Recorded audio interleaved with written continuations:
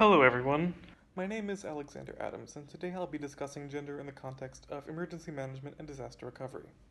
I'd like to begin by noting that this is not intended to be a comprehensive or exhaustive guide to gender issues in these situations, but rather to discuss the ways in which men and women respond to disasters and emergencies differently.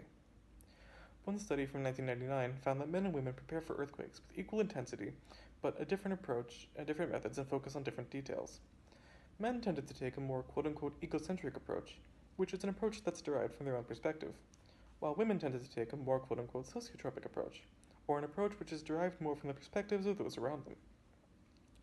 Women also tended to rate earthquakes as a larger potential problem than men, and expressed anxieties about injury and death. Typically, when we think of the effects of disasters, we think of physical damage, such as property damage or physical injury. However, mental health can also be a risk during and after a disaster or emergency, and men and women recover from these issues in different ways.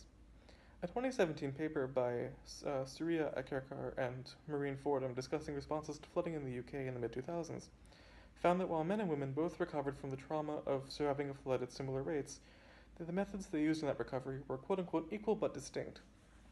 As with their planning, men and women tend to use egotropic and sociotropic methods of coping respectively. Men will seek methods of reestablishing control and find comfort within themselves, while women will seek methods of comfort and reassurance and find comfort within the community. Akerkar and Fordham also posit that any future analysis of gender in a disaster should take into account other variables such as race, age, socioeconomic status, sexuality, or other relevant social categories.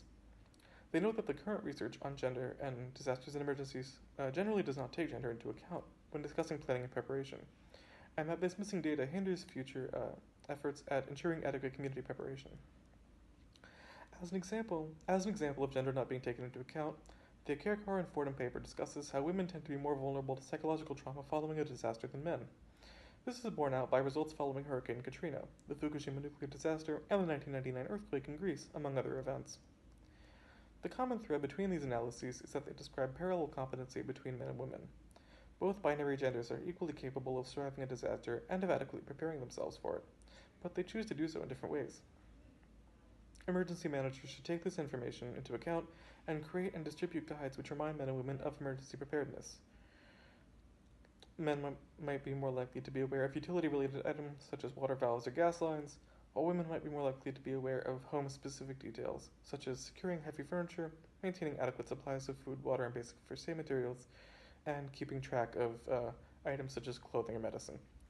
In any case, the effects of an emergency or disaster can be severe, and it is important to consider the effects gender can have on preparedness, response, and recovery from a serious event. If you would like to review the academic papers I mentioned in this video, I've included links in the description, as well as APA-style citations. Otherwise, thank you for watching.